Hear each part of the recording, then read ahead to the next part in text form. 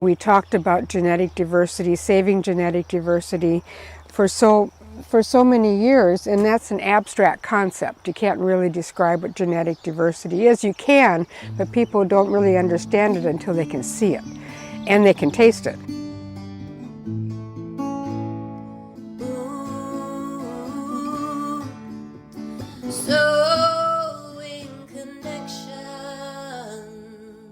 As a young girl, Seed Savers Exchange co-founder Diane Ott Whealy remembers spending time on her grandparents' porch each summer, surrounded by towering walls of morning glory flowers. Then, each fall, when it was time to go back to school, she would help her grandfather, Baptist John Ott, collect seeds from those morning glories, just in case any visitors wanted some to take with them. When Diane grew older and was about to be married, she went back to her grandparents' farm to request some of those seeds to plant in her own garden. Her grandfather gave her a little pillbox full of his treasured morning glory seeds, as well as a handful of German pink tomato seeds. He told her that her great-grandparents had brought seeds of both varieties with them to the U.S. when they immigrated from Bavaria in the 1880s. Sadly, her grandfather passed away shortly after giving her those family heirloom seeds, and Diane began to worry what would happen to them if something happened to her or her garden, since she was the only one growing them.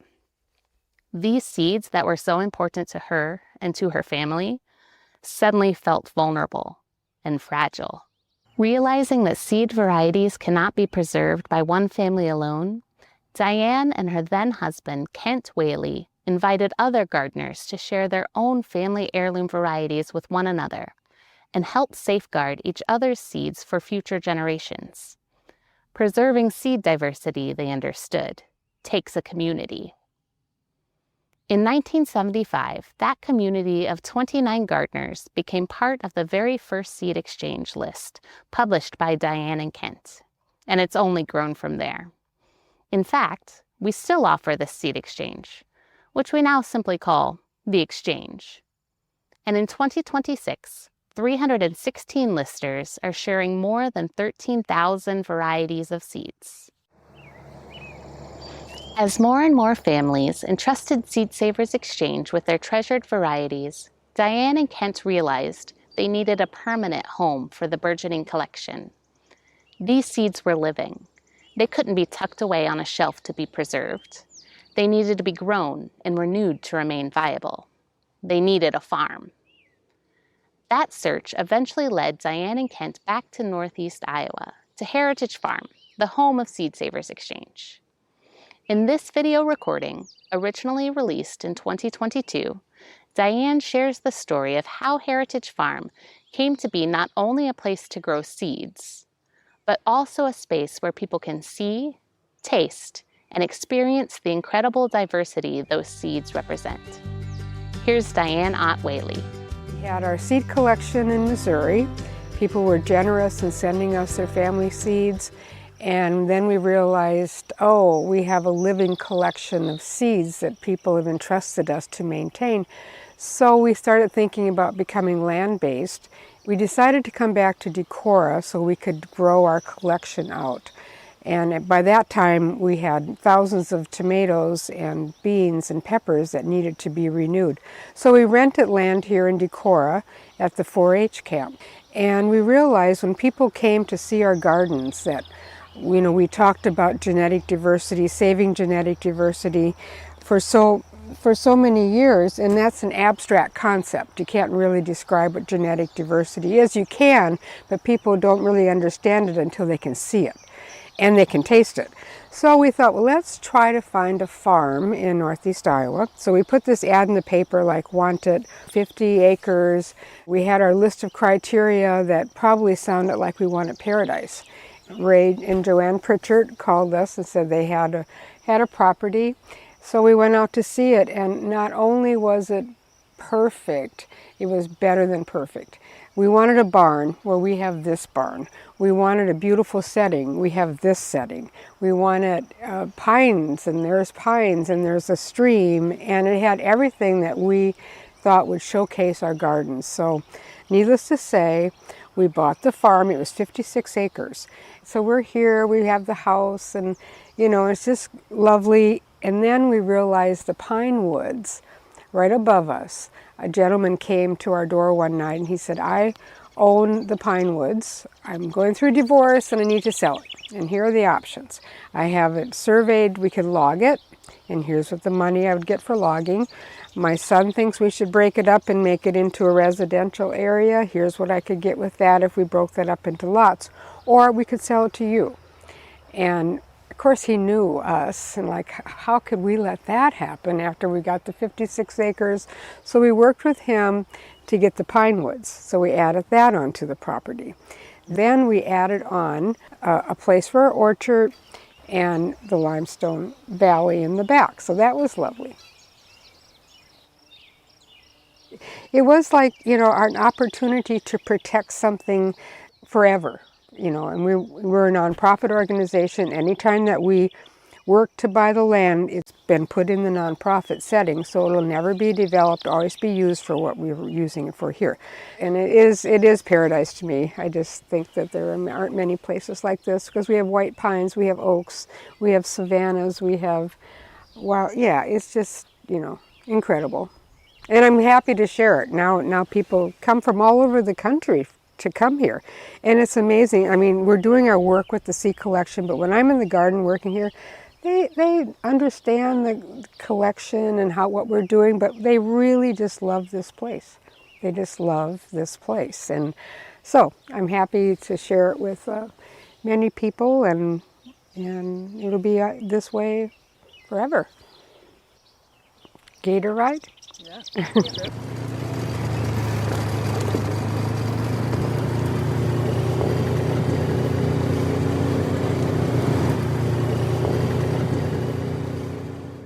So then we come here, and this would have been the end of Seed Savers property. And Kent and I, every night we'd walk down after dinner in the summer and stand right here, and we think, wow, this has to be the most beautiful spot in the country. And what was going to happen to this? I mean, when we first looked at this was all one. Our beautiful White Park cattle weren't in the valley, but so it was just this massive amount of green and quiet, and the only thing that we'd ever hear is a blue heron coming in quietly at the end of the day. So we just thought, wow, this is a real special place. Then when we learned that it was going to be for sale and broken up into 10 different parcels, we were like, this can't happen, we just got to get this land. So we began our quest to purchase Twin Valley Farms. Yeah.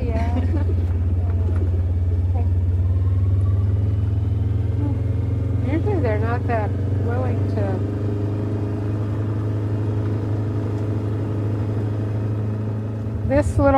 What's left of that little granary, her name it was the Meyer family, and I interviewed her once because she lived down here with 5 kids, and she said their road went down the valley, and she said everybody thinks it's so romantic and so beautiful to live down here, but it wasn't. It was snow and we'd be snowed in for days. I was sitting up on top of the chute, and there I was surrounded by cows. There was deer down across from the pond. Yeah. Light snow, and a bald eagle flying overhead. I know, it's got everything. Just gorgeous. Couldn't believe where I was at. Still can't believe where I was. Yeah, I know.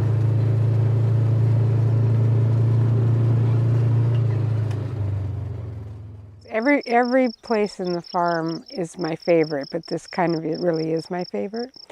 We called it Inspiration Point because you can't come here and not reflect on peace, quiet, green, trees, life. It's the place to come. But when we were trying to put together the funding for Twin Valley Farms, which was going to be a little bit of a stretch. So I had a file in my office called Inspiration. And so I went to that, and I've been putting stuff in there my whole life, little quotes, anything that I thought that kind of touched me. And there was a quote in there, it was from Aristotle, and he said, educating the mind without educating the heart isn't education at all.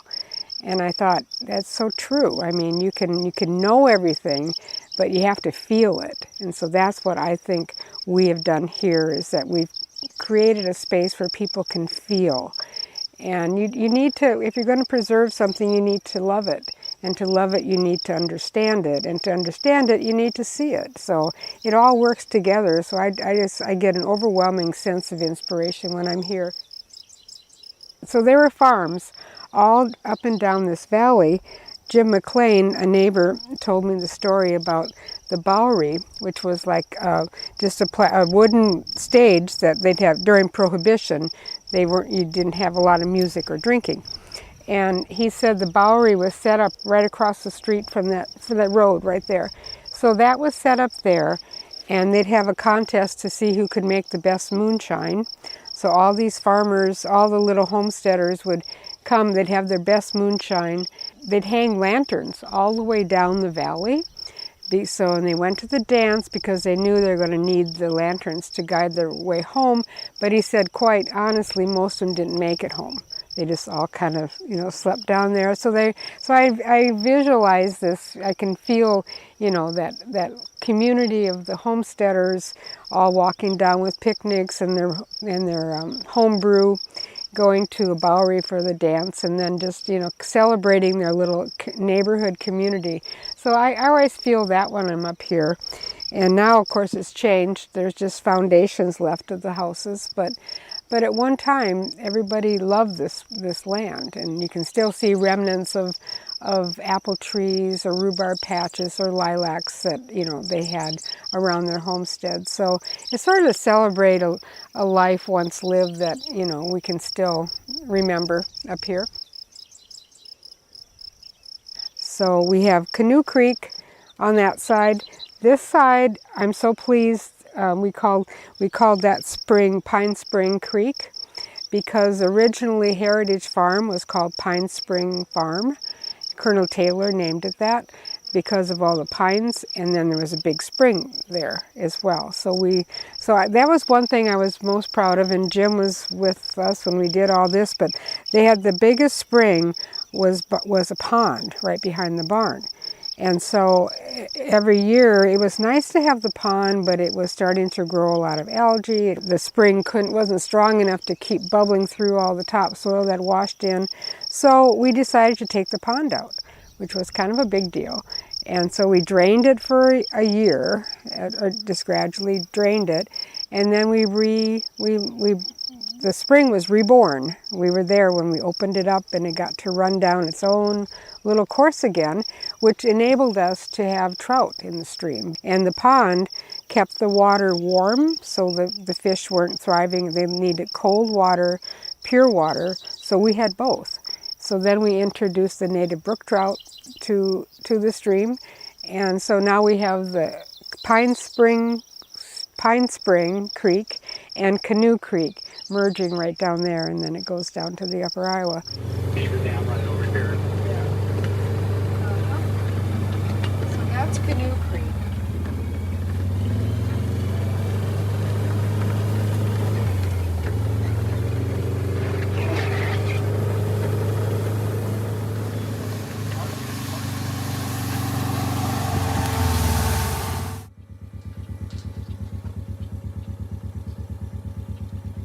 Right across here, Corbin and I were walking across it one time. It was just full of goldenrod. Oh, yeah. And as soon as we stepped into the field, the monarchs just exploded.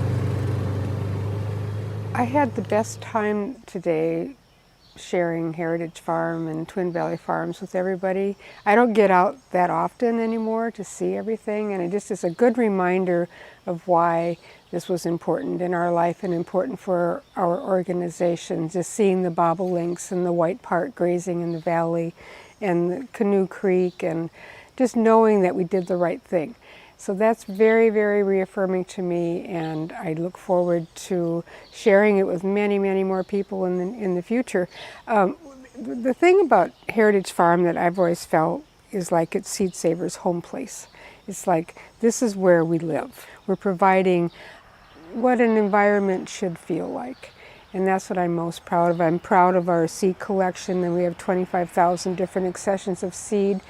And then we have the land to complement the collection. And so that's been very important to us to showcase our collection and get people inspired. And I think Heritage Farm, when we were looking for a place to do our work, growing up on a dairy farm, I wanted a barn. So that was part of our criteria. But when we drove up here and I saw that barn, I thought, that you sold me at the barn. It really truly is a home place, because the barn is the heart of all dairy farms, and because so much happens there. So I feel like we are providing a good heart and a home place for Seed Savers Exchange, and I just hope that many people will come and share it with us. Seed Savers Exchange didn't begin with a farm.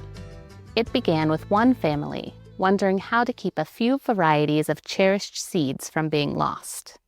The answer wasn't simply to save the seeds. It was to build a community willing to grow them, share them, and preserve them for future generations.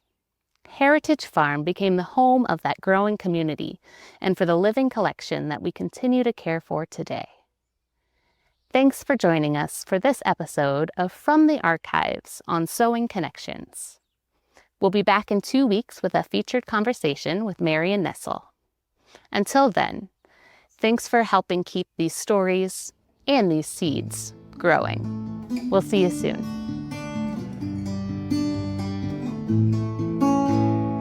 There's knowing and growing and so